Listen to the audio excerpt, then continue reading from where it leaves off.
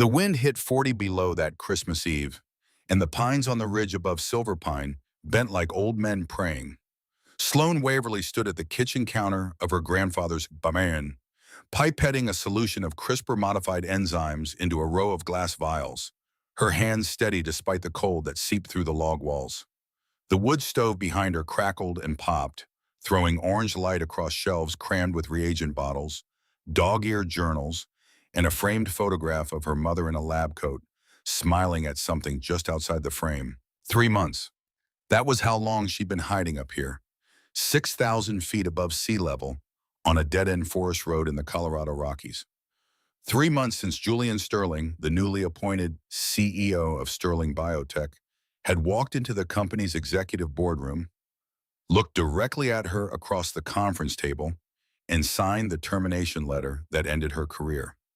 She remembered his eyes that day, storm gray, cold as surgical steel, utterly indifferent, as his legal team informed her that her gene therapy patent, the one she'd spent 4 years developing, now belonged to Sterling Biotech under the intellectual property clause of her employment contract. She hadn't cried, not in front of them. She'd packed her personal effects into a single cardboard box, walked past the security guard who wouldn't meet her gaze, and driven straight to the parking garage where she sat in her 11-year-old Honda Civic and screamed until her throat was raw. Now she was here. No cell reception worth mentioning. A satellite phone that worked when it felt like it, a generator that coughed in temperatures below minus 15 degrees Fahrenheit, and a makeshift laboratory in what used to be her grandfather's woodworking shop, where she was rebuilding her research from memory and stolen backups, one painstaking experiment at a time. The banging started at 11:47 p.m. Not knocking, banging, the kind of sound a body makes when it throws itself against solid oak. Desperate, arrhythmic, accompanied by a wet coughing that cut through the howl of the blizzard outside. Sloane's hand jerked, sending the pipette clattering across the counter. She grabbed the hunting knife from the drawer beside the sink, her grandfather's bone-handled blade, sharp enough to split a hair, and moved toward the front door. Through the peephole, she saw nothing but white. The porch light had blown out hours ago in the storm. She pressed her ear to the wood and heard it again. A man's voice, broken and barely audible above the wind. Please, please open the door. Sloane undid the deadbolt. The moment the latch released, the wind tore the door from her grip and slammed it against the interior wall. Snow exploded into the cabin like shrapnel, and through the blinding white, off away. A figure stumbled forward and collapsed at her feet. He was tall. That was the first thing she registered. His body took up most of the narrow entryway, legs splayed across the threshold, one arm still reaching toward her as if she were the last solid thing in a dissolving world. His suit jacket, clearly expensive, was soaked through and crusted with ice. Blood had frozen in a dark river from a gash above his left eyebrow, painting half his face in a grotesque mask of crimson and frost. Sloane crouched down, knife still in her right hand, and brushed the ice crystals from his hair with her left. When she saw his face clearly, her blood turned colder than anything the blizzard could produce. She knew that jaw. She knew that aquiline nose and those sharp cheekbones that had graced the cover of Forbes 3 months running.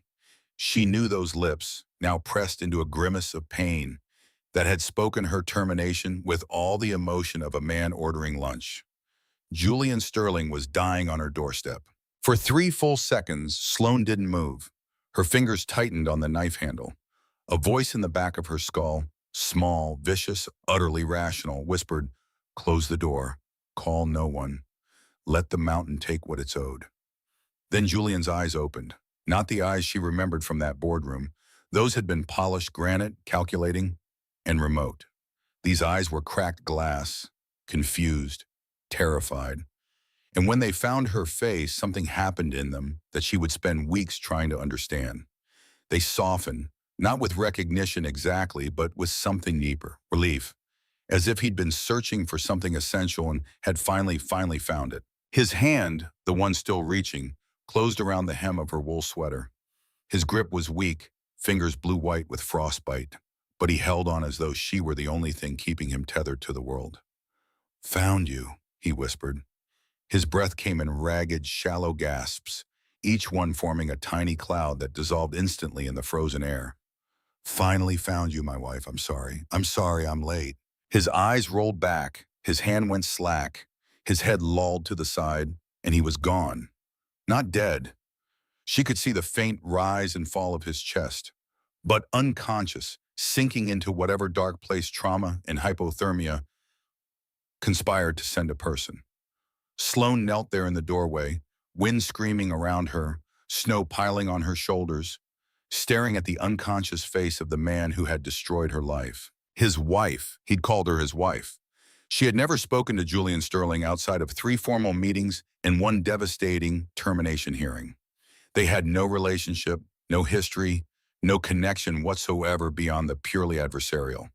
And yet he had driven, or tried to drive, up a mountain pass that even locals avoided in winter, in the worst blizzard in a decade, to find her.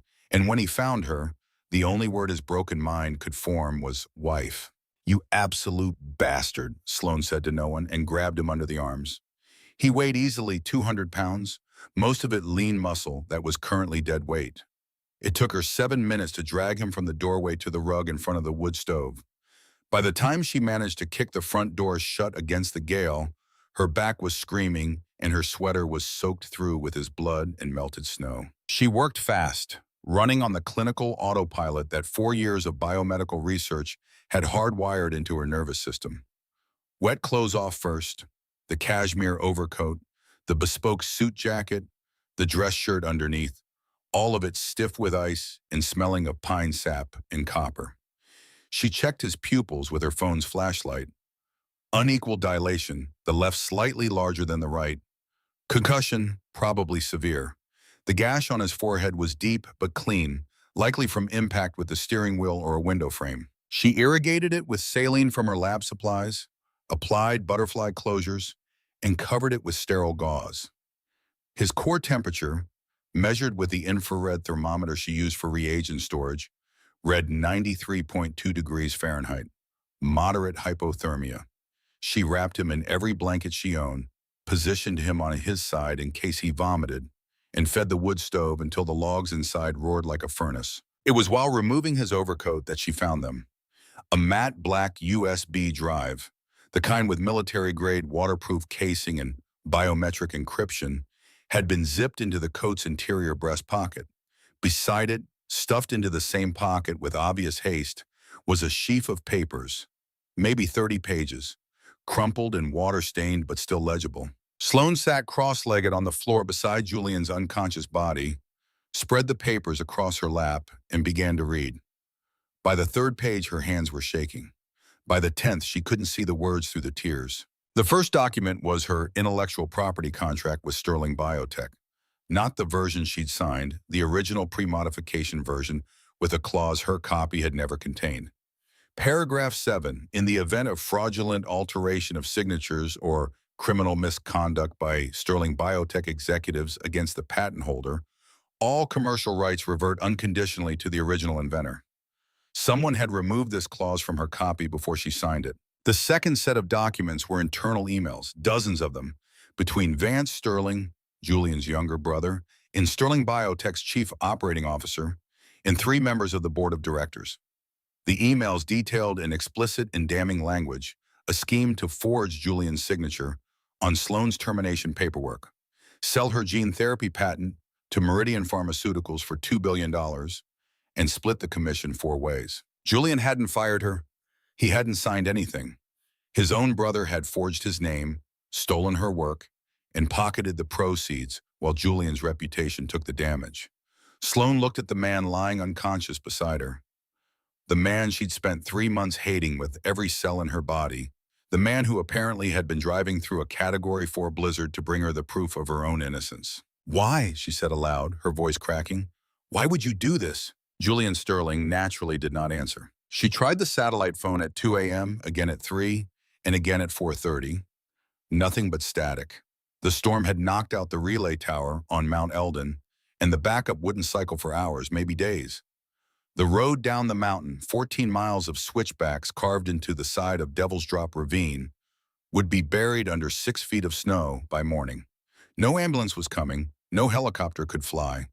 For the foreseeable future, Sloane Waverly and Julian Sterling were trapped together in 800 square feet of log cabin, surrounded by a wilderness that did not care whether either of them survived. She sat in her grandfather's rocking chair, watching Julian's chest rise and fall in the firelight, and tried to reconcile two realities that could not coexist: the Julian Sterling who had ruined her, and the Julian Sterling who had risked his life to save her.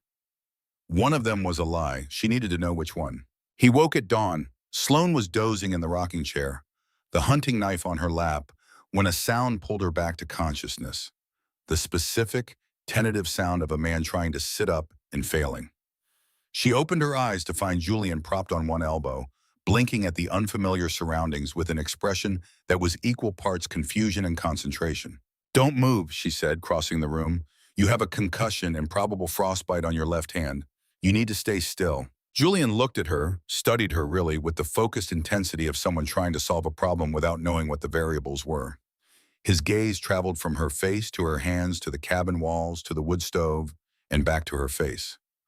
"This is our home?" he asked. The question hit her like a physical blow. Not "where am I" or "who are you," but "this is our home." Possessive, familiar, as if he'd expected to wake up here. "What's your name?" Sloane asked carefully. He opened his mouth, closed it. A flicker of something, not panic exactly, but a deep, unsettling bewilderment, passed across his features. "I should know that," he said slowly. His voice was still the same, low, resonant, the kind of voice that commanded boardrooms and silenced dissent. But the arrogance was gone. In its place was something raw. "I feel like I should know that, but I can't. It's like reaching for a word in the dark." "Do you know where you are?" "With you." He said it with absolute certainty, the one fixed point in a universe of unknowns. "I know I'm supposed to be with you. I was trying to get to you. Something happened. A road, ice. The car was spinning, but I had to reach you. I had to tell you." He trailed off, frustration creasing his brow. "Tell you what, that I'm sorry, that I should have come sooner." Sloane's throat constricted. She'd read enough neuroscience to understand what she was seeing: retrograde amnesia following traumatic brain injury. The episodic ending, the autobiographical self stripped away, while procedural memory and emotional imprinting remained intact. He could remember how to construct a sentence, how to analyze a problem, probably how to write code or read a financial statement. But he couldn't remember his name, his company, his penthouse on the Upper East Side, or the fact that the woman in front of him was not his wife, but the scientist whose career he had been framed for destroying. What he could remember, the only thing his damaged brain had preserved from the hours before the crash, was an overwhelming imperative: find Sloane, protect Sloane, and his mind, grasping for a framework to explain why this woman mattered so desperately, had constructed the most logical one it could find. She was his wife. She was the reason he existed. It was, from a neurological standpoint, almost beautiful. From a practical standpoint, it was a catastrophe. "You should eat something," Sloane said, because she didn't know what else to say. She couldn't tell him the truth, not now, not when his brain was this fragile, and she couldn't send him away because away was a frozen mountain and certain death. She heated soup on the propane stove and brought it to him. He took the bowl with both hands, wincing at the bandage on his left, and drank slowly. She noticed with a pang of reluctant fascination that even in this state, concussed, amnesiac, wearing borrowed sweatpants and a flannel shirt 3 sizes too small across his shoulders, Julian Sterling carried himself with an unconscious authority. The way he held the bowl, the way his eyes tracked the room cataloging exits and potential threats, the way he thanked her, not with effusive gratitude, but with a single nod that somehow conveyed more genuine appreciation than most people's entire vocabularies. "Your coffee set up," he said, nodding toward the counter where her espresso machine sat beside the reagent bottles. "The grind is too coarse for that portafilter. You'll get under extraction." Sloane stared at him. "You remember how to judge espresso grind size, but you don't remember your own name?" He considered this. Apparently my brain has priorities. Despite everything, despite the blood poured on her floor, and the forged documents on her table, and the blizzard still raging outside, Sloane felt the corner of her mouth twitch. God help her. That was almost funny. The radio changed everything.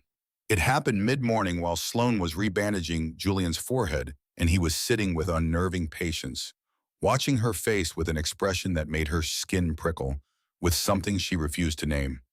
The old transistor radio on the kitchen shelf, normally tuned to the Silver Pine Community Station for weather updates, crackled to life between bursts of static. Search and rescue teams have located the wreckage of a black Cadillac Escalade, registered to Sterling Biotech at the base of Devil's Drop Ravine, approximately 9 miles south of the Silver Pine Pass. The vehicle appears to have gone through the guardrail at high speed. Nobody has been recovered, but authorities note unusual fuel system damage inconsistent with standard collision impact. CEO Julian Sterling, 34, has been missing since Christmas Eve. His brother Vance Sterling has issued a statement expressing. Sloane reached over and switched the radio off. Julian watched her, head slightly tilted. "Should I know what that means?" he asked. "No," she said too quickly. "It's just local news, storm coverage." But her mind was already racing, connecting dots with the frantic precision of a researcher staring at data that suddenly made terrible sense. Unusual fuel system damage, inconsistent with standard collision impact. She thought of the emails in Julian's coat pocket, Vance's scheme, the forged signatures, the $2 billion deal, and she thought of something else, the electronic control unit in modern vehicles, the computer system that managed everything from fuel injection to anti-lock brakes. If someone with access to the vehicle's maintenance protocols wanted to ensure a crash looked accidental, she retrieved the USB drive from Julian's coat. The biometric lock glowed red when she pressed her thumb to it, but Julian, without being asked, reached over and pressed his own thumb to the sensor. It recognized him. The drive unlocked. Sloane plugged it into her laptop and stared at the directory structure. Files organized with meticulous precision, each one time-stamped and annotated. Julian Sterling, Tumaning, the real Julian, the one with his full memory, had been building a case, not against Sloane, but for her. There were copies of the original patent agreements. There were forensic analyses of the forged signatures. There were intercepted communications between Vance and Meridian Pharmaceuticals. And there was one file buried in a subfolder labeled Urgent that made Sloane's blood run cold. A diagnostic log from the Escalade's onboard computer, downloaded from the vehicle's cloud backup 3 days before the crash. The log showed that the brake system's electronic control module had received a remote override command, a kill signal, originating from an IP address registered to a workstation on the 47th floor of the Sterling Tower in Manhattan. Vance Sterling's personal office. Julian hadn't crashed because of black ice or bad luck. His brother had murdered him, or tried to. Sloane closed the laptop. Her hands were trembling, and she pressed them flat against the table to make them stop. She looked at Julian, who was watching her with those cracked glass eyes, patient and trusting, and utterly unaware that his own family had tried to kill him. If she called the authorities, assuming she could get a signal, they would come for Julian. And the moment his location became known, the moment Vance learned his brother had survived, the people who had already tried to kill him once would finish the job. A man in a remote hospital bed with no memory and no allies would be pathetically easy to eliminate. Or worse, Vance would invoke medical proxy rights as next of kin, have Julian declared mentally incompetent, and lock him in a psychiatric facility where no one would ever hear his side of the story. The evidence on that USB drive was the only thing standing between Sloane and permanent injustice. Julian was the only living witness to whatever he had discovered before the crash. If either of them disappeared, Vance Sterling would walk away with $2 billion and 2 ruined lives. Sloane looked at the hunting knife on the table. She looked at the USB drive. She looked at the man sitting across from her who believed with every fiber of his broken mind that she was the love of his life. "Okay," she said, to herself, to him, to the universe at large. "Okay, here's what we're going to do."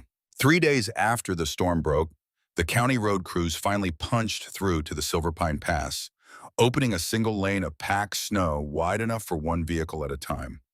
By then, Sloane had established a routine that she recognized with dark irony as disturbingly domestic. Julian woke early. He made coffee, correcting the grind on her espresso machine with an engineer's precision that bordered on obsessive, and brought her a cup. Not in bed, she corrected herself furiously every morning. on the couch where she slept because she had given him the only bedroom, and he didn't know that a married couple wouldn't typically sleep in separate rooms. Or maybe he did know, because twice she'd caught him looking at the couch arrangement with an expression of quiet hurt that she absolutely did not have time to feel guilty about. He was, she had to admit, not what she expected. The Julian Sterling of Forbes profiles and CNBC interviews was a predator in a $3,000 suit, famous for hostile takeovers and the emotional range of a spreadsheet. This Julian, the one padding around her cabin in borrowed flannel, studying her bookshelves with childlike curiosity, asking her to explain the gene therapy research displayed on the whiteboard in her makeshift lab, was something else entirely. His intelligence was staggering. Without any memory of his education or career, he could still look at a strand of CRISPR code and identify the target sequence in under a minute. He could still calculate compound interest in his head faster than her laptop. He could still, as she discovered one freezing morning when the generator failed, diagnose a faulty capacitor on a circuit board by sound alone. But the cruelty was gone. Whatever neural pathways had housed Julian Sterling's ruthlessness, his corporate brutality, his capacity to look a woman in the eye and end her career without flinching, those pathways had been severed in the crash. What remained was the architecture without the armor. A brilliant, intense, oddly gentle man who watched his supposed wife with an attention so focused it felt like sunlight through a magnifying glass. It was the attention that was killing her, not because it was unwelcome. That was the problem.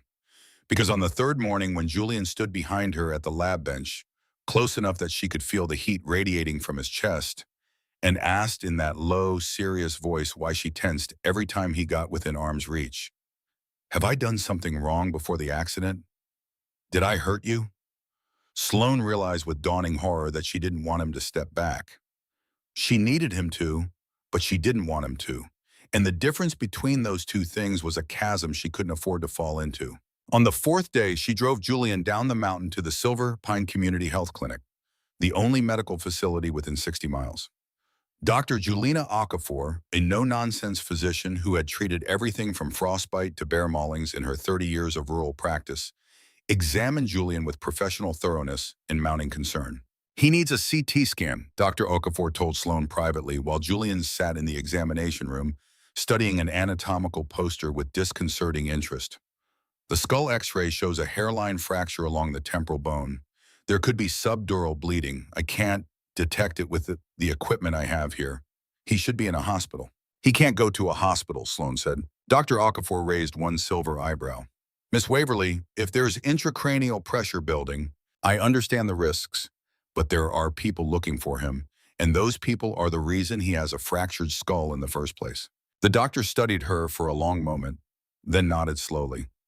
"I'll schedule him for the mobile CT unit that comes through Glenwood Spring next Tuesday. Discreet, off the books.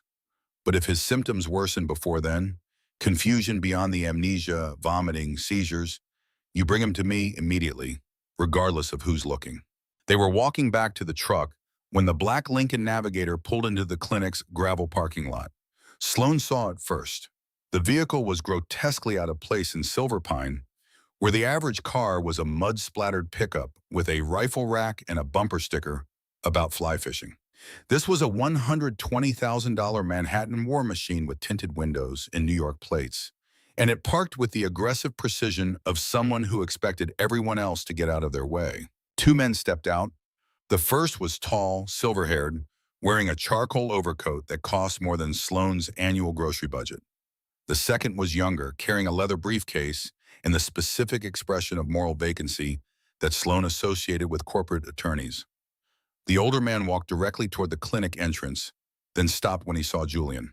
"Mr. Sterling," the attorney said, his voice carrying across the parking lot with practiced authority, "my name is Gerald Whitfield, senior counsel for Sterling Industries. I'm here on behalf of your brother, Vance Sterling." Julian looked at Sloan.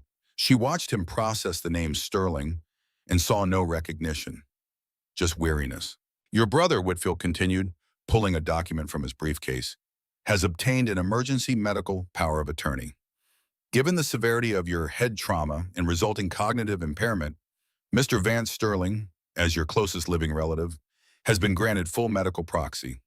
We're here to transport you to a specialized neurological facility in New York for treatment. The attorney extended the document toward Julian with the confidence of a man who had never been refused.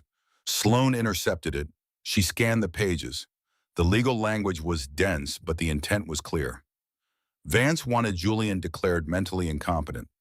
Once institutionalized under medical proxy, Julian's voting rights as majority shareholder would transfer to his designated next of kin. Vance would control the company.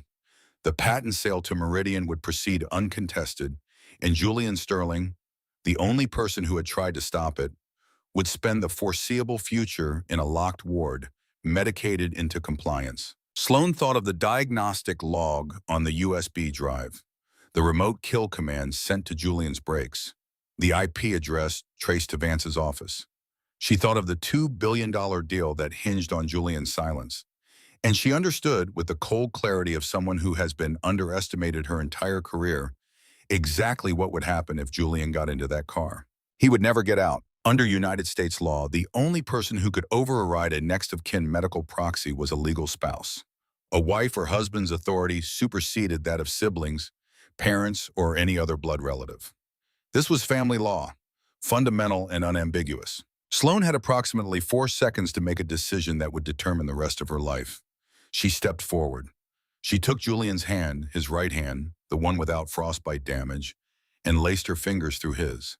His hand was large, warm, and it closed around hers immediately, instinctively, as if their fingers had done this 1,000 times. "Mr. Whitfield," she said, and her voice was steady as bedrock, "you are not taking my husband anywhere." The attorney's composure cracked. "I'm sorry, you're what?" "My husband."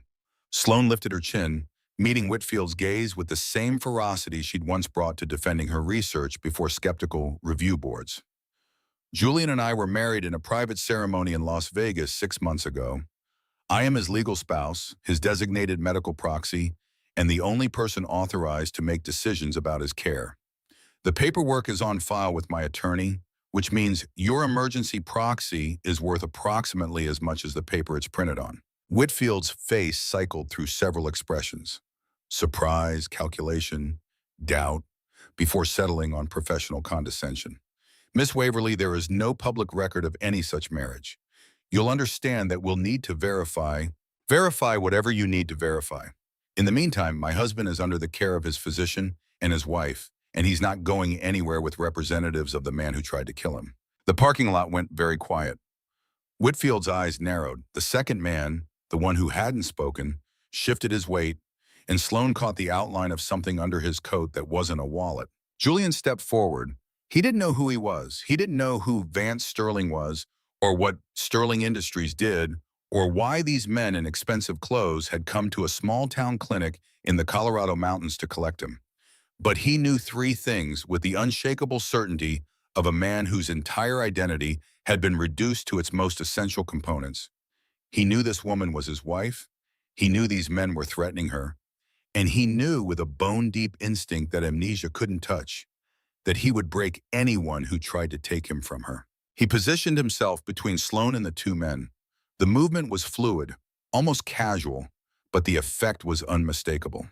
Julian Sterling, even without his memory, still carried himself like someone who had grown up in a world where power was the native language. His shoulders squared, his jaw set, his gray eyes, which had been soft and searching whenever they looked at Sloan, turned to something else entirely when they found Whitfield's face. "I don't know who you are," Julian said, his voice dropping to a register that could have frozen the air between them. "I don't know who sent you, but you pointed a piece of paper at my wife, and you did it with the tone of a man who expects compliance. Let me be very clear about something." He took 1 step closer. Whitfield took 1 step back. "If you or anyone associated with you comes within 100 yards of her again, I will dismantle whatever firm employs you, and I will do it so thoroughly that your grandchildren will feel the impact. Do we understand each other?" It wasn't a threat. It was a forecast, delivered with the absolute conviction of a man who didn't remember his net worth, but whose body remembered exactly what it felt like to command an empire. Whitfield looked at the second man.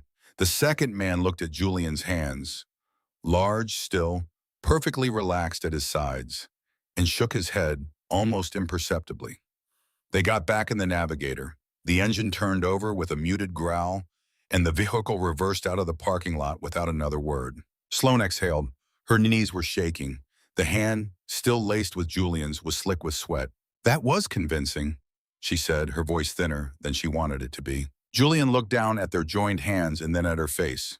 Was it supposed to be an act? She didn't answer. She couldn't, because the honest answer, the one she buried immediately beneath layers of pragmatism and self-preservation, was that for those 30 seconds, standing in a gravel parking lot in rural Colorado while a man she barely knew defended her against forces that could crush them both, it hadn't felt like an act at all. The lie, once spoken, took on a life of its own.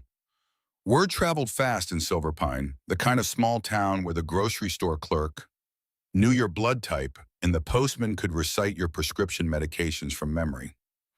By the following morning, Sloane Waverly's secret marriage to James Walker, the name they'd agreed on for Julian, borrowed from a character in a paperback Western Sloane found on her grandfather's shelf, was the most exciting piece of gossip to hit the valley since the mayor's llama escaped and was found in the Methodist church. Martha Caldwell, who ran the Silver Pine General Store and served as the town's unofficial intelligence agency, was the first to conduct reconnaissance. "So," Martha said, ringing up Sloane's groceries with agonizing slowness on Tuesday morning, "your husband, he's a looker, construction worker, lumber industry, he's got the build for it."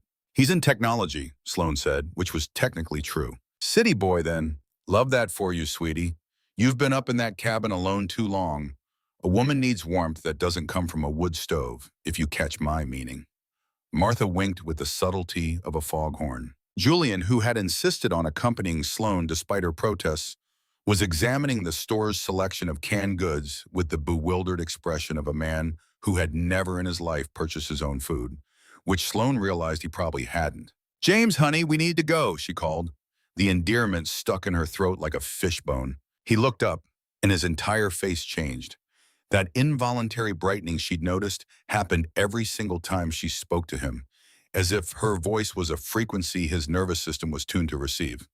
He crossed the store in 4 strides, placed the canned goods on the counter, and put his hand on the small of her back, with the casual intimacy of a man who had been touching this woman for years. Sloane's spine went rigid. Then, aware of Martha's avid gaze, she forced herself to lean into the contact. Julian's hand was warm through her jacket. His thumb moved in a small, unconscious circle against her lower back. "Ready when you are," he said, and smiled at her. Not the practiced, camera-ready smile she'd seen in magazine profiles, but a real one, lopsided and slightly uncertain, as if he wasn't entirely sure he was doing it correctly, but wanted to get it right for her. Martha Caldwell clutched her chest and mouthed, "Oh my God," to the ceiling. Outside, loading groceries into the truck, Sloane pulled away from Julian's hand and rounded on him. "You can't do that." "Do what?" "Touch me like that. Look at me like that. We need to be convincing." Not what? Not what? She searched for the word and found several, none of which she was willing to say out loud. "Just keep it professional." Julian leaned against the truck's tailgate, arms crossed over the flannel shirt that strained across his shoulders in a way she was determined not to notice. "You want our fake marriage, that I genuinely believe is real, to look convincing while keeping it professional." "Yes." "You realize that sentence contradicts itself. Welcome to my life for the past 4 days." He studied her, that focused, penetrating gaze that saw too much. "You flinch when I touch you, but your pupils dilate. Your breathing changes. You lean in before you pull away. Whatever happened between us before I lost my memories, Sloane, whatever I did that hurt you, your body remembers something different than your mind." Sloane opened her mouth, closed it, opened it again. "You are an infuriating person." "So you've told me, apparently many times." She got in the truck, slammed the door, and drove home in a silence that vibrated with everything neither of them said. Of the clinic confrontation, Sloane began noticing things. A glint of light from the ridge above the cabin that could have been sun on ice or could have been a camera lens. A vehicle she didn't recognize, parked at the trailhead half a mile down the road. Always empty, always the same dark sedan. A hang-up call on her satellite phone, the one number that almost nobody had. Julian noticed it too. Whatever his memory had lost, his instincts had retained a predator's awareness of being watched. He stood at the kitchen window one evening, tracking the glint on the ridge with the patient focus of a man who had dealt with surveillance before. Someone's watching the cabin, he said, not a question. I know, the men from the clinic, their employer, she caught herself. The people who hurt you. He turned from the window. Then we need them to see exactly what they expect to see. A married couple with nothing to hide. That was how Sloane found herself, against every principle of self-preservation she possessed, performing domesticity with Julian Sterling for an invisible audience. They cooked together, or rather, Julian cooked with an instinctive skill that suggested a past hobby or expensive culinary education, while Sloane supervised and tried not to be charmed by the fact that a man who couldn't remember his last name had somehow retained the ability to make perfect risotto. They walked the perimeter of the property together each morning, ostensibly checking the generator and woodpile, actually ensuring they were visible to whoever was watching from the ridge. Julian's arm around her shoulders, Sloane's head against his chest. The contact that was supposed to be theater and kept slipping, in unguarded moments, into something terrifyingly sincere. And then, on a night when the temperature dropped low enough to make the cabin walls groan, the generator powering Sloane's makeshift laboratory sputtered and died. She was in the converted workshop staring at 3 months of painstaking research. Tissue samples that needed to be kept at precisely -4 degrees Celsius or they would become 3 months of biological waste, when Julian appeared in the doorway. The capacitor bank, he said, already crossing to the generator housing, pulling off the access panel with hands that moved with engineer's certainty. There's a thermal runaway in the series connection. I can see the discoloration on the bus bar. You can fix it? Sloane's voice was tight with controlled panic. Those samples represented everything she had left. Her research, her future, the proof that her gene therapy concept worked. I need a soldering iron 14-gauge wire in about 20 minutes. He was already stripping off his flannel shirt because the generator housing was too tight to work in with bulky sleeves. And suddenly, Sloane was confronted with the full reality of Julian Sterling's shoulders, arms, and torso in the harsh fluorescent light of her laboratory. He was lean, but built with the kind of definition that came from genuine physical discipline. A climber's body, she realized, or a swimmer's. A scar she hadn't noticed before traced a pale line across his left shoulder blade. He worked with total concentration, his breath forming clouds in the frigid air, sweat beading on his forehead despite the cold, as he soldered connections with hands that were steady and precise.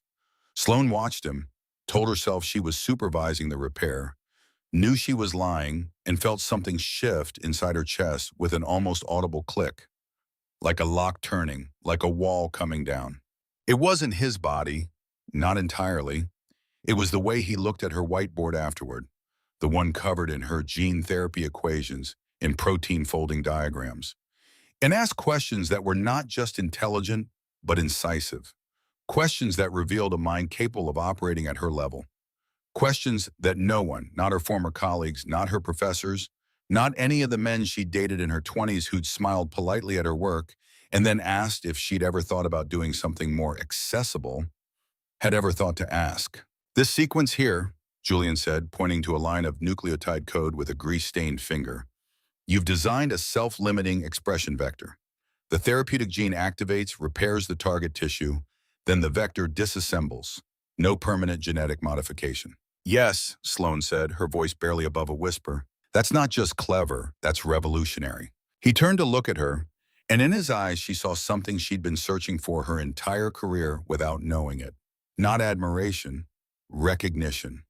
One mind acknowledging the power of another. Whoever tried to steal this from you didn't just commit a crime. They tried to delay a technology that could save millions of lives. Sloane pressed her back against the lab bench and gripped the edge until her knuckles whitened. Because if she didn't hold on to something, she was going to cross the 3 feet of space between them and do something she could never take back. The generator's fixed, she said. We should go inside. Julian nodded, but he didn't move. He stood there in the cold, shirtless and serious, looking at her with an expression that had nothing to do with amnesia and everything to do with clarity. Sloane Byram, he said, whatever I've forgotten, whatever I can't remember about who I was before, I need you to know something. The way I feel about you isn't a symptom. It isn't confusion. It isn't my brain filling in blanks. I know the difference between malfunction and truth. She left the laboratory without responding. She lay on the couch in the dark, listening to him move around the bedroom on the other side of the wall, and pressed her fist against her sternum where that something had shifted, trying to push it back into place. It didn't move. She was falling for a man who didn't exist. The Julian in her cabin, kind, brilliant, fiercely protective, capable of looking at her research and understanding it at a molecular level, was a construction of brain damage. When his memory returned, the real Julian Sterling would reassemble himself, and the man she was learning to trust would vanish like frost in sunlight. Unless, a small voice whispered, the man in the cabin is the real Julian, and the CEO was the construction. She told the voice to shut up. It didn't listen. The first disruption came on a Tuesday, 11 days after the crash, in the form of a pearl-white Porsche Cayenne that had no business being within 100 miles of Silver Pine. Sloan was in town picking up lab supplies from the UPS drop box, shipped under a false name to the general store, another layer of deception she was becoming disturbingly comfortable with, when the Porsche rolled to a stop in front of the Silver Pine Cafe. The woman who emerged was everything Sloan was not. Tall, runway thin, wrapped in a white fur coat that probably cost more than the cafe itself. Her hair was platinum blonde, her heels were impractical to the point of architectural, and her expression as she surveyed the main street of Silver Pine suggested she'd accidentally driven into a nature documentary. Sloan didn't recognize her, but Martha Caldwell, who could identify a designer handbag at 200 yards, appeared at the store window like a prairie dog spotting a hawk. "That's Elodie Sinclair," Martha breathed. "The one he was engaged to, that tech CEO who disappeared. What's his name?" "The Sterling one. It was all over page 6 before Christmas." Sloan's stomach dropped through the floor. Elodie Sinclair strode into the Silver Pine Cafe, ordered a latte that the bewildered barista had no idea how to make, then turned to the room at large and announced, "I'm looking for a man. He would have arrived in this area around Christmas. Tall, dark hair, gray eyes, possibly injured. His name is Julian Sterling, and he's my fiancé." The cafe went silent. Every eye turned to Sloan, who was standing by the door with a box of pipette tips and a facial expression she hoped conveyed innocent confusion rather than abject terror. "Never heard of him," said Earl Brinkley, the retired postman, from his usual booth by the window.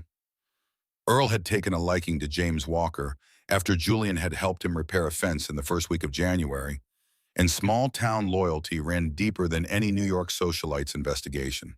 "Are you sure?" Elodie pressed, scanning the room. "There's a substantial reward for information." "Ma'am," Earl said, taking a long sip of his drip coffee, "the most exciting thing that's happened here since Christmas is Darlene Patterson's goat getting into the church again. If some billionaire was hiding in Silver Pine, we'd know about it." Elodie's gaze settled on Sloan, narrowed. Something about Sloan, perhaps the way she was gripping the box of pipette tips like a shield, caught the ex-fiancé's attention. "You," Elodie said, "you live up on the mountain, don't you? The scientist, biochemist." "Biochemist," Sloan corrected, her voice remarkably steady for someone whose heart was hammering at approximately 180 beats per minute. "And yes, I live up the pass with my husband." "Your husband?" Elodie's perfectly sculpted eyebrow rose 1 millimeter. "How convenient." Before Sloan could respond, the cafe door opened behind her. Julian walked in, drawn by the call Sloan had asked him to run at the hardware store next door.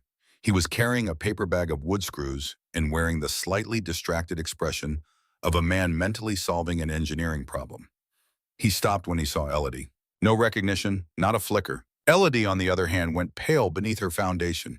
"Julian," she whispered. He looked at Sloan. "Friend of yours?" "No," Sloan and Elodie said simultaneously for entirely different reasons. Elodie recovered first. She stepped toward Julian, eyes wide, switching to the breathless wounded bird register that Sloan suspected she deployed whenever cameras were present.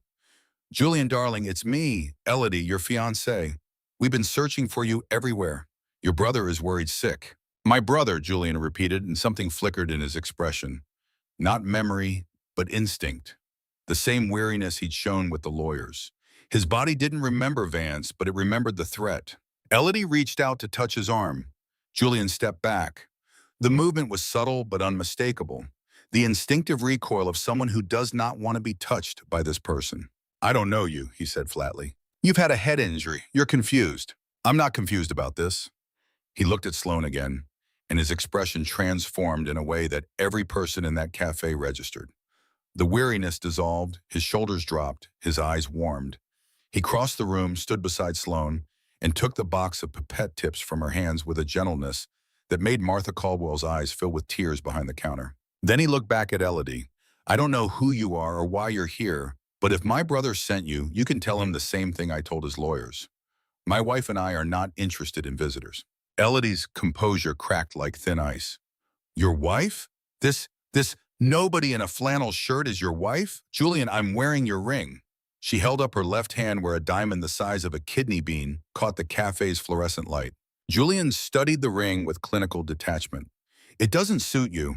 Too large for your hand. It looks like it was chosen to impress rather than to mean something. His gaze dropped to Sloane's left hand, bare, unadorned, currently smudged with ink from a shipping label. My wife doesn't need a diamond to know she's loved. Elodie's face contorted. She opened her Hermes clutch, extracted an envelope thick with bills, and slapped it on the nearest table. Fine. I don't know what kind of scam you're running, she said to Sloane, her voice shaking between fury and disbelief. But everyone has a price. Name yours. Sloane looked at the envelope. She thought about her overdue rent on the cabin, the loan payments she'd deferred, the lab supplies she was buying with the last of her savings. She thought about how easy it would be to take the money, reveal the truth, and let Elodie Sinclair drag Julian Sterling back to his gilded life in New York. The door's behind you, Sloane said quietly. Please use it. Elodie stared at her for a long, charged moment. Then she picked up the envelope, turned on her ridiculous heels, and walked out of the Silver Pine Cafe without another word. The Porsche disappeared down the mountain road in a spray of slush. The cafe erupted in the kind of excited chatter that would sustain Silver Pine dinner table conversations for the next 6 months. Julian put his hand on Sloane's shoulder. Are you all right? No, Sloane thought.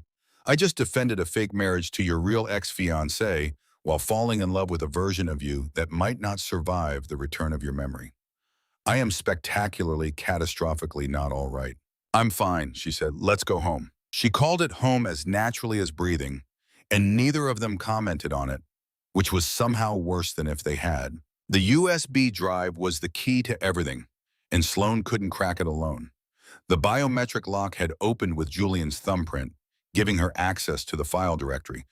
But the most critical files, the ones Julian had encrypted, with an additional layer of 256-bit AES protection, required a password that existed only in a brain currently operating without its filing system. Julian had tried every combination he could think of, which wasn't many, given that he couldn't remember his own birthday.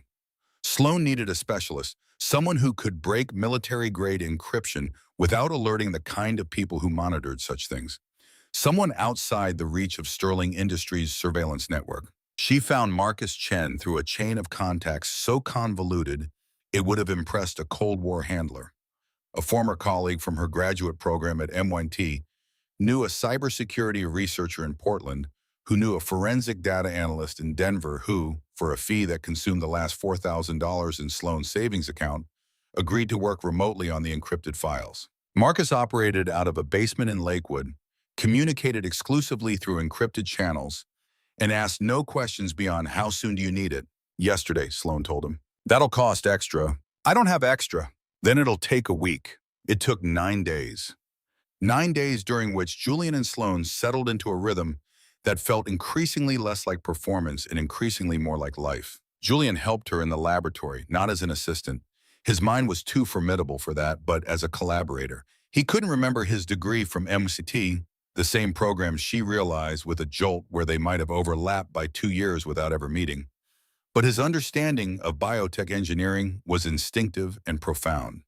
He asked questions that reframed her research in ways she hadn't considered. He identified a flaw in her protein folding model that would have taken her months to find on her own. They argued about science in the evenings, not polite academic debates, but fierce, passionate arguments that left them both flushed and breathless, standing on opposite sides of the whiteboard like generals disputing strategy. Julian once drew an alternative molecular pathway that was so elegant, Sloane stared at it for a full minute before saying, I hate you for being right. And he'd laughed, a real laugh, unguarded and warm, and she'd felt the floor shift beneath her feet. On the 6th night, the satellite phone rang at 3 a.m. Sloane fumbled for it in the dark, her heart already racing with the specific dread reserved for calls that come in the small hours. Miss Waverly, a voice she didn't recognize, clipped and professional. My name is Dr. Rebecca Strand. I'm the chief neurologist at Mount Sinai Hospital in New York. I've been retained by Sterling Industries to evaluate Julian Sterling's medical condition. Sloan sat up on the couch, fully awake. How did you get this number? That's not important. What's important is that my assessment, based on the medical records forwarded to me by the Silver Pine Clinic, those records are confidential, indicates a high probability of acute retrograde amnesia with potential for spontaneous recovery. Miss Waverly, when Julian's memory returns, and statistically, with this type of injury, it will, the psychological impact could be severe. He needs to be in a controlled environment with access to neurological monitoring. A controlled environment like the psychiatric facility his brother is trying to commit him to. Silence, then.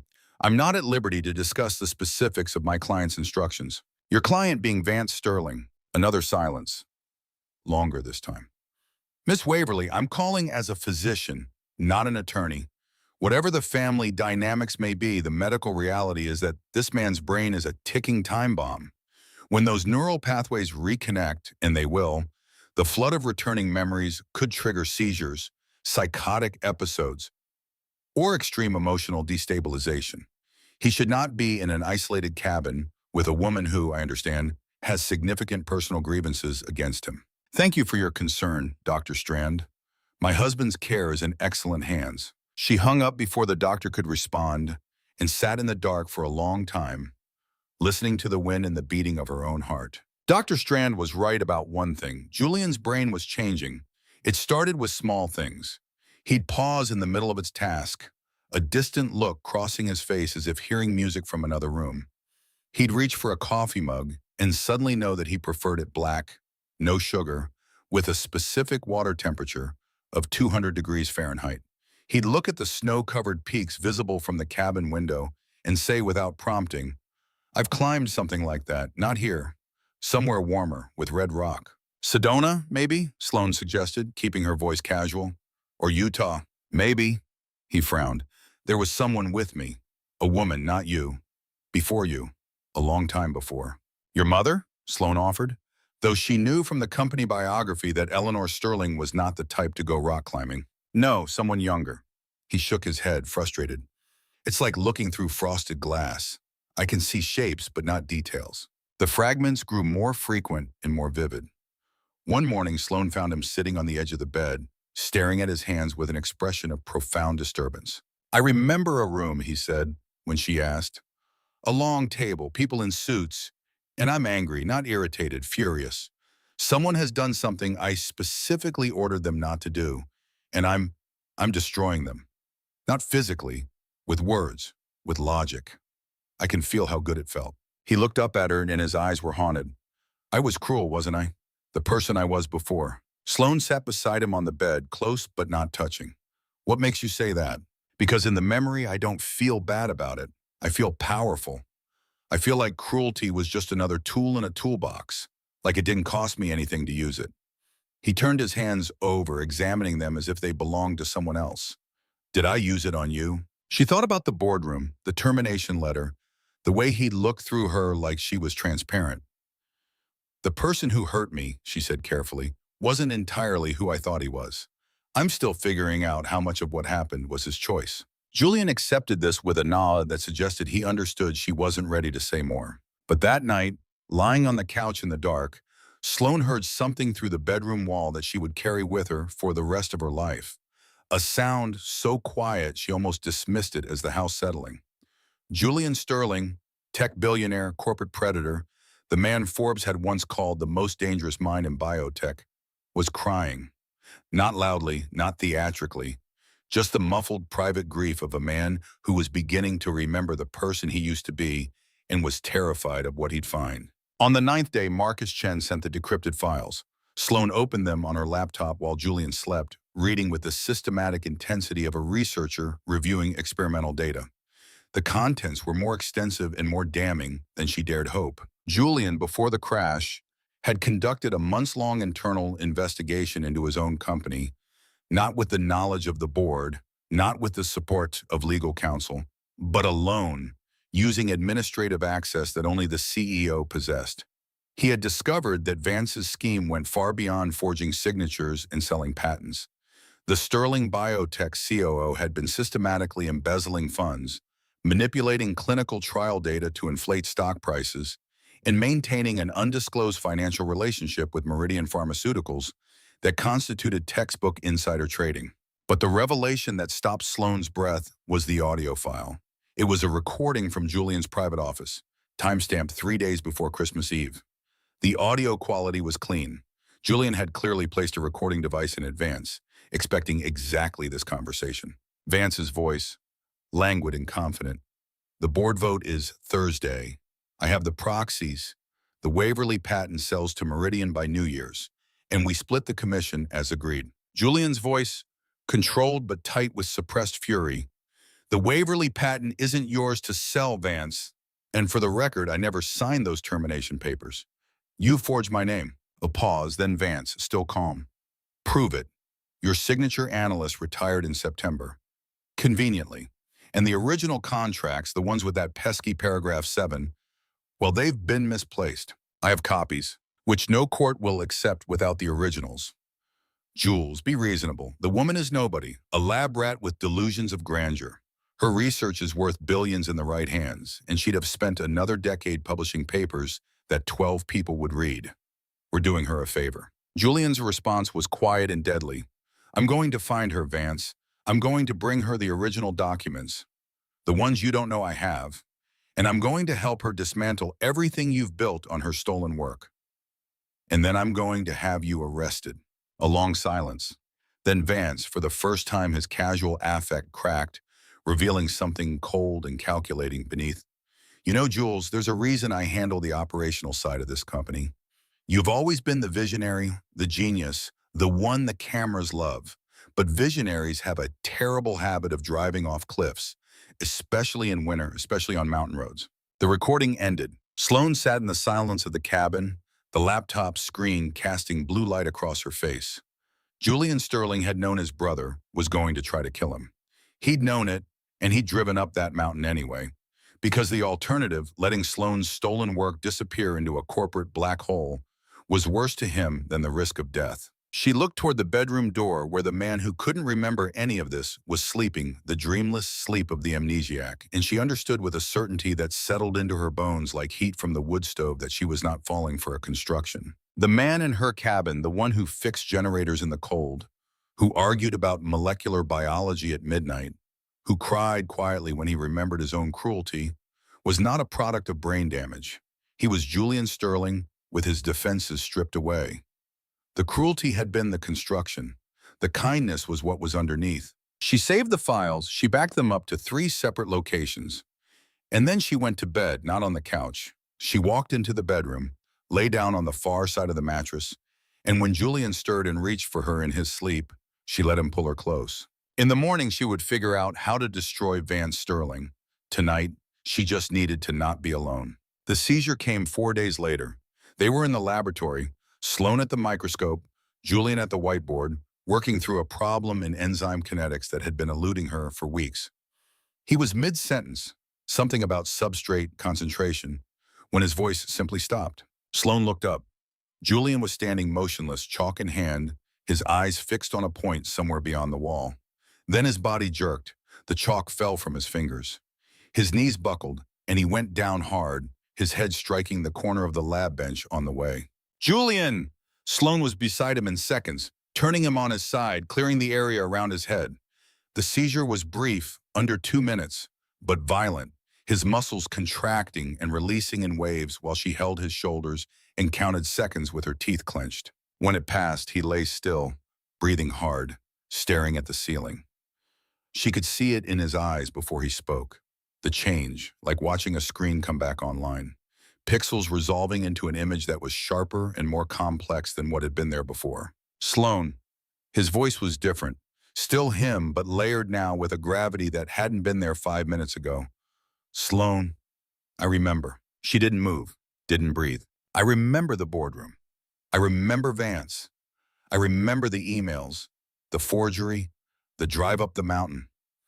His eyes found hers, and in them she saw something she hadn't expected. Not the cold arrogance of the CEO she'd known, but the raw, shattered look of a man holding two versions of himself in the same skull and trying to reconcile them. I remember that you're not my wife. How long have you known? Since the moment you collapsed on my doorstep. And you let me believe. I let you believe it because your brother's lawyer showed up 3 days later trying to lock you in a psychiatric ward. The only way to stop them was to claim spousal authority.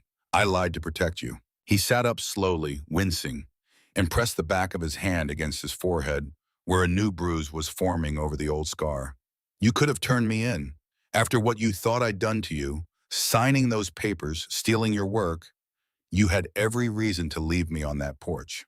I know. Why didn't you? She looked at him, this man who was now both versions at once. The gentle amnesiac who'd fixed her generator shirtless in the cold, and the formidable CEO who'd driven through a blizzard to bring her justice. She looked at him and said the only honest thing she could. Because I'm a scientist, and I don't draw conclusions until I have all the data. Something shifted in Julian's expression. The wall she'd been waiting for, the corporate on armor, the emotional shutdown, the return of the boardroom predator, did not materialize. Instead, he looked at her with an openness that was entirely new, belonging neither to the amnesiac nor to the CEO, but to someone in between. Someone who remembered everything and chose, for the first time in his adult life, not to hide behind it.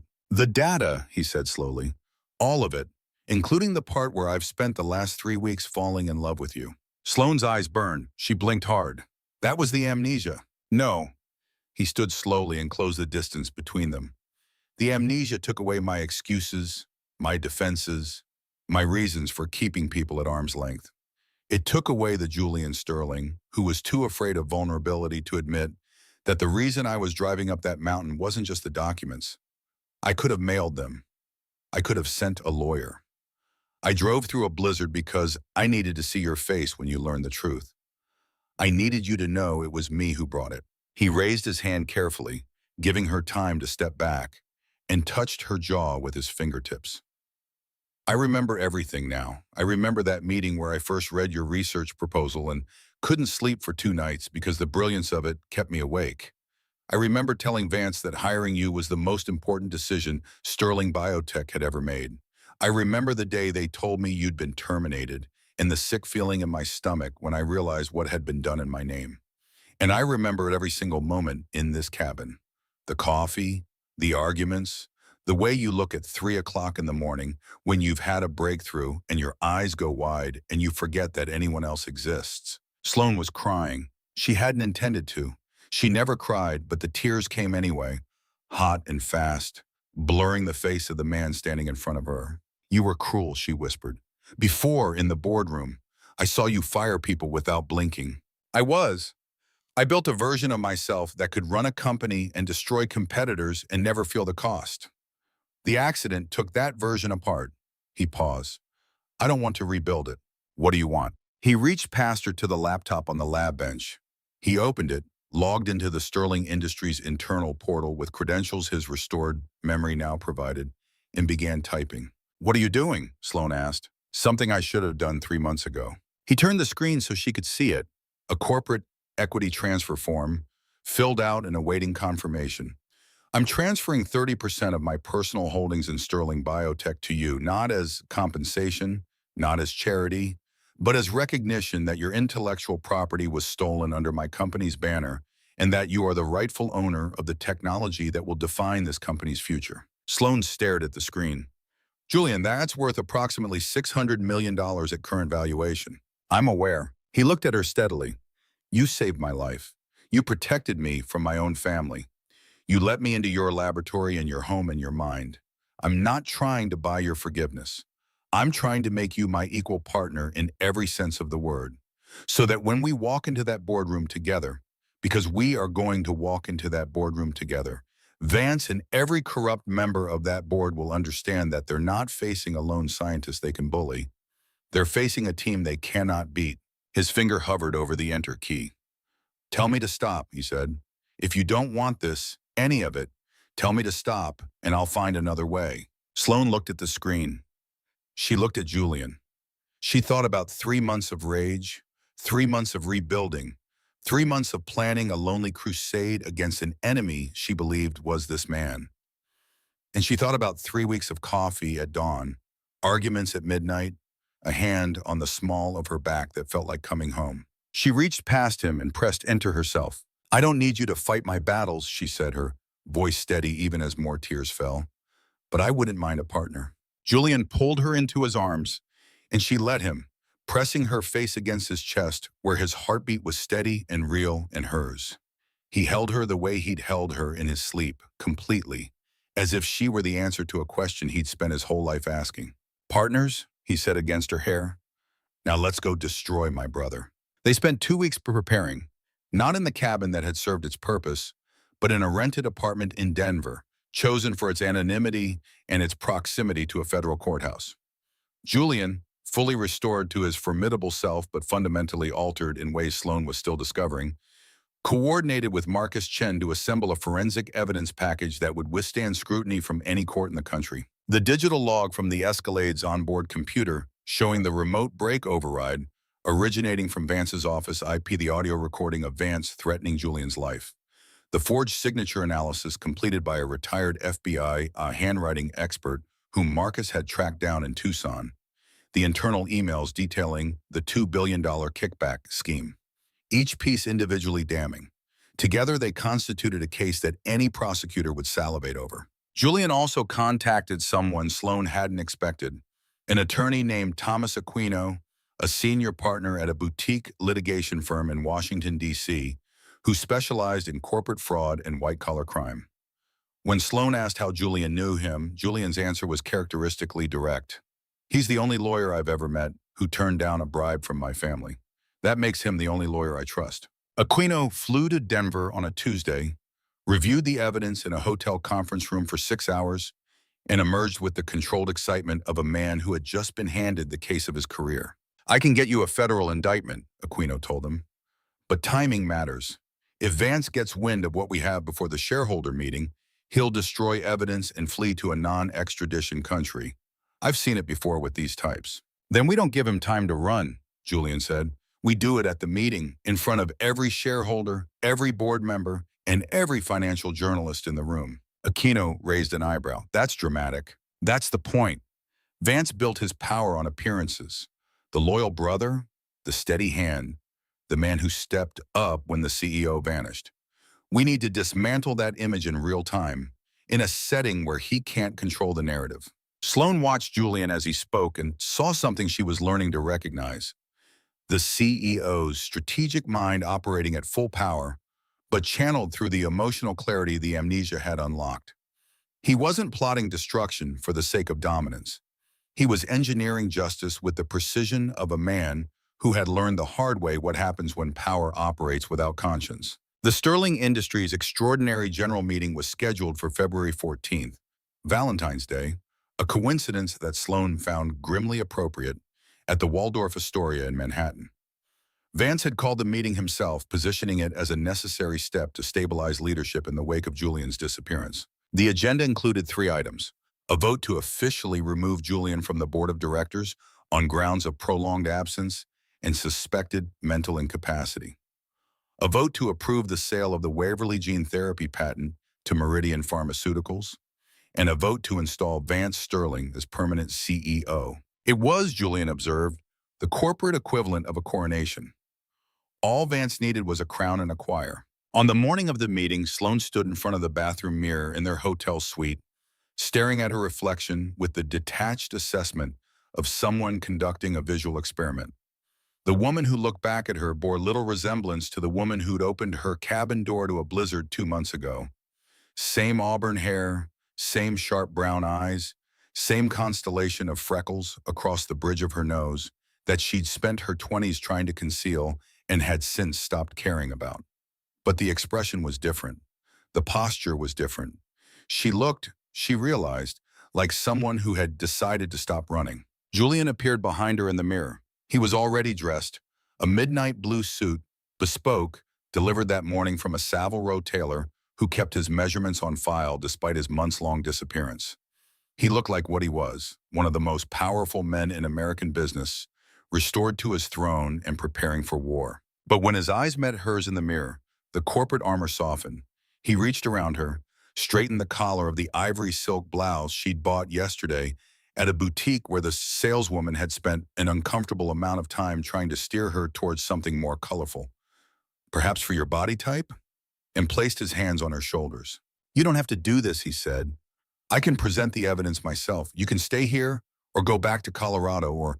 Julian, yes. If you finish that sentence with "let me handle it," I will end this relationship before Vance gets the chance to.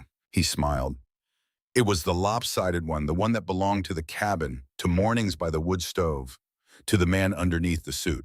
I was going to say, or you can walk in there beside me and watch every person who wronged you realize exactly how badly they miscalculated.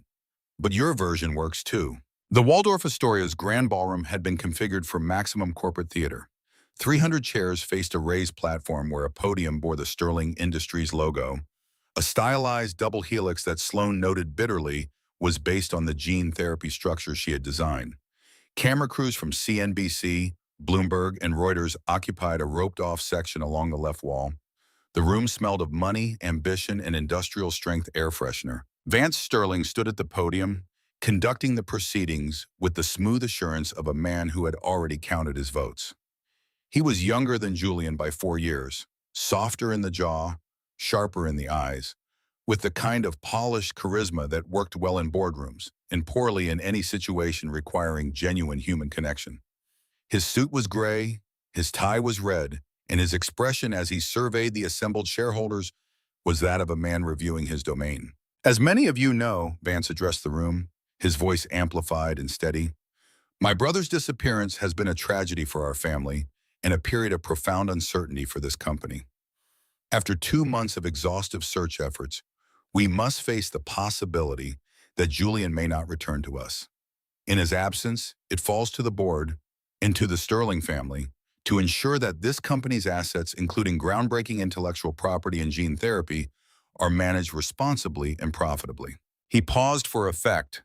The screen behind him displayed a presentation slide. Proposed acquisition by Meridian Pharmaceuticals, $2.1 billion. The Meridian deal represents the single largest technology transfer in biotech history. I move that we proceed with a shareholder vote to...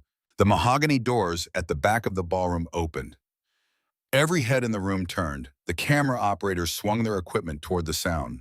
300 people inhaled simultaneously. Julian Sterling walked through the doors with the unhurried precision of a man entering a room he owned, which technically he did. Sterling Industries held the long-term lease on the Waldorf's event spaces. His suit was impeccable, his posture commanding, and his expression carried the specific, terrifying calm of someone who has spent weeks preparing for this exact moment. Beside him, her hand in his, walked Sloan Waverly. She wore the ivory blouse and a charcoal pencil skirt. Simple and deliberate, the uniform of a woman who wanted to be taken seriously and intended to ensure it. Her chin was up, her shoulders were back, and in her free hand she carried a leather portfolio that contained the end of Vance Sterling's career. The ballroom erupted. Voices, camera shutters, the scraping of chairs as people stood for a better view. Vance, at the podium, went the color of wet cement. Julian. His microphone picked up the name, broadcasting it to the room.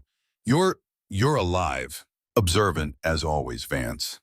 Julian's voice carried without amplification, filling the ballroom with the natural authority of a man who had been commanding rooms since he was 26. I apologize for the dramatic entrance. I've been recuperating from a rather serious car accident. You may have heard about it. It was all over the news, particularly the part about the unusual damage to my vehicle's brake system. A murmur rippled through the crowd. Vance's smile solidified into something that looked increasingly like a death mask. We're delighted you're safe, of course, Vance said, recovering with impressive speed. But Julian, you've been absent for 2 months. You suffered a severe head injury. The board has legitimate concerns about your capacity to... My capacity. Julian released Sloan's hand and walked toward the podium. Each step measured and deliberate. The crowd parted for him. Let's talk about capacity, Vance. Specifically, your capacity for fraud, forgery, embezzlement, and attempted murder. The ballroom went silent. Not the uncomfortable silence of a social faux pas, but the absolute crystalline silence of 300 people realizing they were witnessing history. Julian turned to face the audience. Ladies and gentlemen, I ask for 5 minutes of your time. After that, you can vote on whatever you like. He looked at Sloane. She stepped forward, opened the leather portfolio, and handed him a remote control. The presentation screen behind Vance flickered. His Meridian deal slide vanished, replaced by a new image. The forensic analysis of the Escalade's electronic control unit. This, Julian said, his voice carrying the lethal precision of a surgeon's blade, is the diagnostic log from my vehicle's onboard computer, downloaded from the manufacturer's cloud backup and authenticated by a certified digital forensics laboratory. It shows that on December 24th at approximately 9:47 p.m., the anti-lock brake system received a remote override command, a kill signal transmitted from IP address 10.47.231.15. He paused. For those unfamiliar with Sterling Industries' internal network architecture, that IP address is registered to a workstation on the 47th floor of Sterling Tower, specifically the private office of our chief operating officer, my brother, Vance Sterling. The room exploded. Voices, gasps, the frantic scribbling of journalists. Vance gripped the podium with both hands, his knuckles white. This is absurd, Vance said, but his voice had lost its smoothness. You can't possibly... Julian pressed the remote again. The screen changed to a waveform display with a timestamp and a transcript overlay. This is a recording made in my office on December 21st. You'll recognize the voices. Vance's voice filled the ballroom, amplified by the event's sound system, with devastating clarity. The woman is nobody, a lab rat with delusions of grandeur. And then, you know, Jules, there's a reason I handle the operational side of this company. Visionaries have a terrible habit of driving off cliffs, especially in winter, especially on mountain roads. The blood drained from Vance's face. He looked toward the exits. Two men in dark suits, Thomas Aquino's associates, positioned there since before the meeting began, stood at each door with the relaxed posture of people who were very good at not letting other people leave rooms. Julian advanced another slide. Email chains, financial records, signature comparisons. Each one a brick in a wall that was closing around his brother with architectural inevitability. The Waverly patent, Julian said, and now he turned to face Vance directly, was never mine to sell and never yours to steal. The termination documents that removed Dr. Sloane Waverly from this company bear a forged version of my signature, as confirmed by FBI forensic handwriting analysis. The original intellectual property contract, the one your legal team altered before Dr. Waverly signed it, contains a clause that you deliberately removed. He looked at Sloane. She stepped forward, her voice clear and steady as it echoed through the ballroom. Paragraph 7, Sloane said. In the event of fraudulent alteration of signatures or criminal misconduct by Sterling Biotech executives against the patent holder, all commercial rights revert unconditionally to the original inventor. She paused, letting the implications settle. As of this morning, my attorney has filed for full reversion. The gene therapy patent, valued at $2.1 billion by Meridian's own assessment, belongs to me. The ballroom erupted again, louder this time, chairs scraping, voices rising. Vance made a move toward the side exit. The men in dark suits stepped forward, and from the main entrance, 4 FBI agents and Navy windbreakers entered the room with the efficient calm of professionals executing a plan that had been coordinated down to the second. Julian looked at his brother one final time. You tried to break my brakes and thought you could break my company. You miscalculated on both counts. The patent belongs to Dr. Waverly. The company belongs to its shareholders, and you, Vance, belong to the federal justice system. The agents reached the podium. One of them spoke the words that would lead every news broadcast in the country for the next week. Vance Sterling, you are under arrest for attempted murder, securities fraud, wire fraud, and conspiracy to commit fraud. You have the right to remain silent. Vance did not remain silent. He shouted about lawyers, about entrapment, about his rights as a Sterling.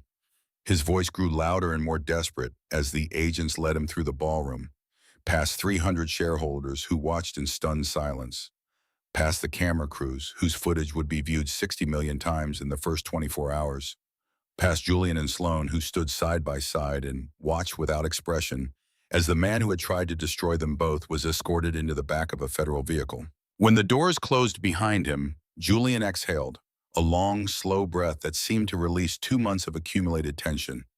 He looked at Sloan. "It's over." "Almost," she replied. "Not quite." Eleanor Sterling was waiting for them in the Waldorf's private lounge, a wood-paneled room with leather armchairs and the kind of understated luxury that old money preferred to new money's gilt and chrome. She was 73 years old, silver-haired, straight-backed, and she regarded Sloan with the appraising gaze of a woman who had spent 5 decades navigating the treacherous currents of American corporate aristocracy. Julian had warned Sloan about his mother, not with the anxious dread of a son bringing home an unsuitable partner, but with the honest assessment of a man who understood his family's dynamics. "She's not cruel," he'd said. "He's rigorous. She evaluates people the way you evaluate compounds, systematically, dispassionately, and with very little tolerance for impurities." "Charming," Sloan had replied. "She'll test you, not with questions about your background or your income. She'll test whether you can hold your ground under pressure without losing your composure or your dignity. It's the only quality she respects." Now, sitting across from Eleanor Sterling in a room that probably cost more per hour than Sloan's monthly rent, she understood what Julian had meant. "Dr. Waverly," Eleanor began, crossing her legs with the precision of a woman for whom posture was a form of communication. "You've had quite a day." "I have." "You've also had quite a 2 months. Harboring my son, impersonating his wife, lying to federal law enforcement about your marital status, and assembling a case against his brother, while admittedly thorough, was conducted entirely outside legal channels. Everything I did was to protect Julian's life and my own intellectual property. Both were under active threat." Eleanor's expression didn't change. "I'm not questioning your motives, Dr. Waverly. I'm assessing your methods. You're a scientist who fabricated a marriage, deceived an amnesiac man into believing you were his spouse, and then used that deception as a legal shield against his own family." The words landed with surgical precision. Sloan felt them. The shame, the guilt, the uncomfortable truth that Eleanor Sterling was not wrong. She had lied. She had deceived a vulnerable man. The fact that her reasons were sound did not erase the ethical weight of what she'd done. "You're right," Sloan said. "I used deception, and I'd do it again, because the alternative was watching your son disappear into a psychiatric facility arranged by the brother who had already tried to murder him, while the technology I spent 4 years developing was sold to the highest bidder." She reached into her portfolio and placed a single document on the table between them. The paragraph 7 reversion filing. "This patent is mine, Mrs. Sterling, not because your son gave it to me, not because I married into your family, but because I invented it. I spent 4 years in a laboratory developing a gene therapy vector that could save millions of lives. And your company's COO stole it, forged your son's signature, and tried to sell it for personal profit. I didn't come to New York to ask for your family's approval. I came to take back what's mine." Eleanor studied the document. Then she studied Sloan. The silence stretched for 10 seconds, 15, 20. Sloan held her gaze without blinking because Julian had been right. This was a test, and the only way to pass it was to refuse to flinch. "My son chose well," Eleanor said finally. Her tone hadn't warmed exactly, but something in it had shifted. An acknowledgement, a recognition of a familiar quality, the refusal to be diminished. "Though I would have preferred to learn about it through conventional channels rather than cable news.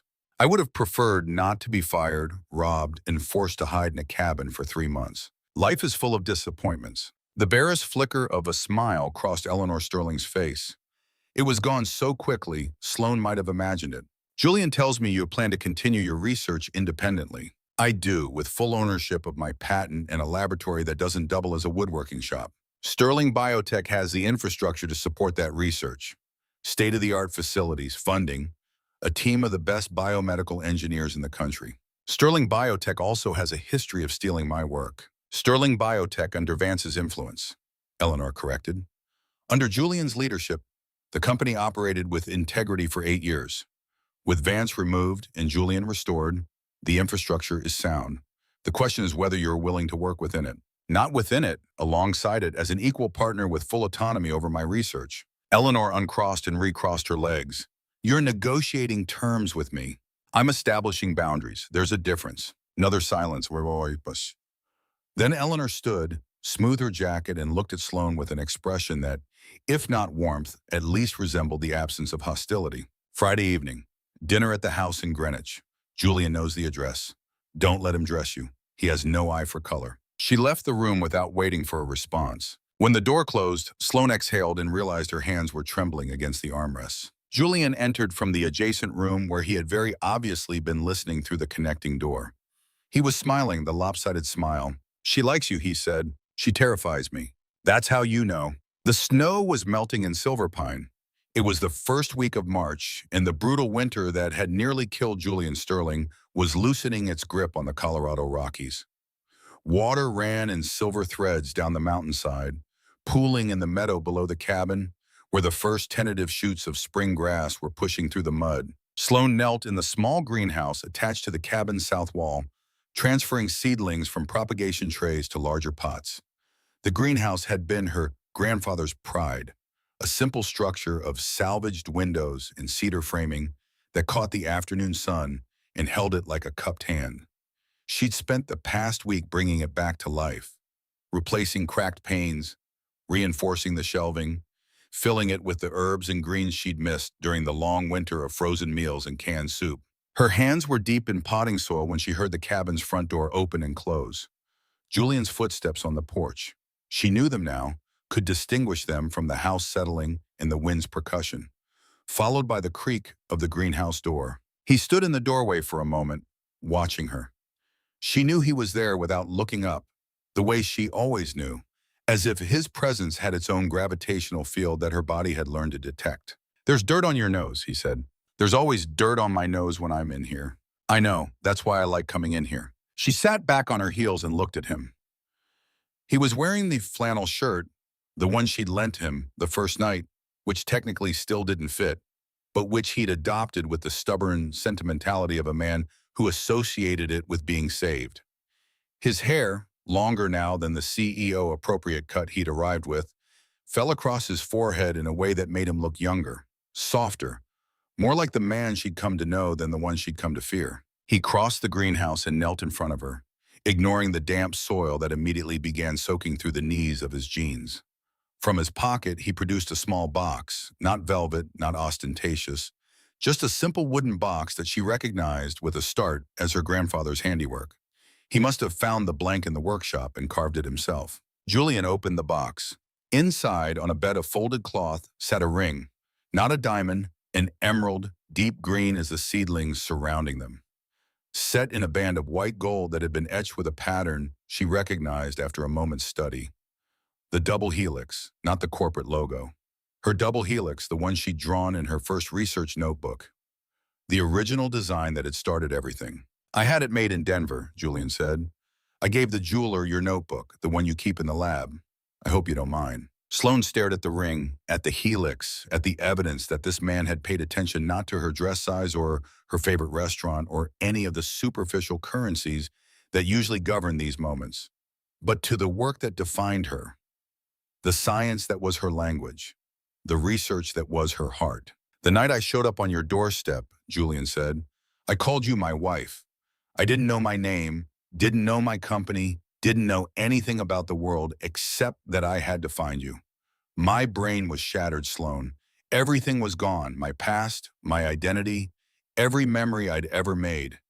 And the only thing that survived the wreckage was you. His voice was steady, but his hands, holding the box, holding the ring, holding everything, trembled almost imperceptibly. That night, it was a lie. It was a word my broken mind grabbed onto because it was the closest thing to what I felt. And then you turned it into a shield to save my life. You used it to face down lawyers and ex-fiancés and my own brother.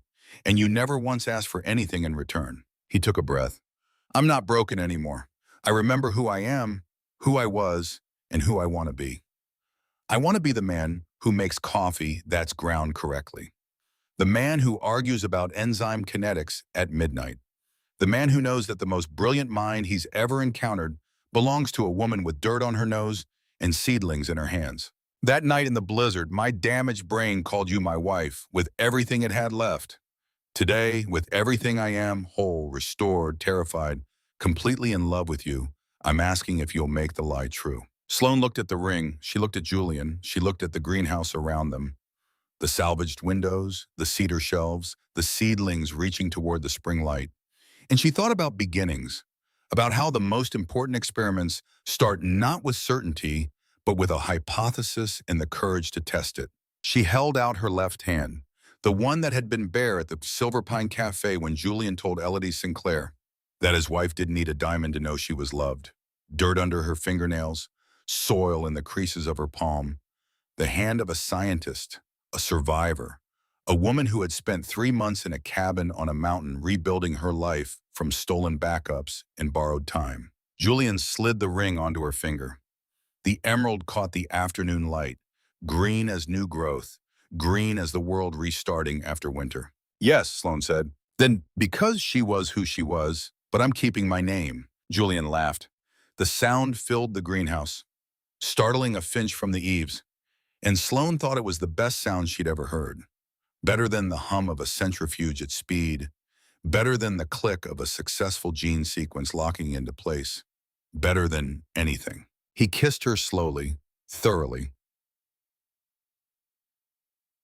with the deliberate attention of a man who intended to spend the rest of his life studying the person in front of him. She kissed him back, her soil-covered hands leaving prints on his flannel shirt, and neither of them cared. Outside, the last of the winter snow ran down the mountain in bright streams, carrying the cold away. Inside the greenhouse, surrounded by the smell of wet earth and new leaves and the faint chemical tang that would always cling to her no matter how many times she washed her hands, two people who had found each other in the worst possible way held on to the best thing either of them had ever known. The wood stove in this cabin crackled. The finch returned to its perch.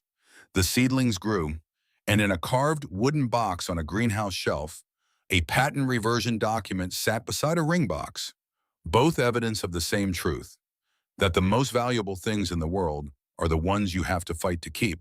Thank you so much for staying until the very end of this incredible journey. If this story touched your soul, please hit that like button, subscribe, and turn on notifications so you never miss our daily stories. Every day, a new tale of love, fate, and second chances awaits you.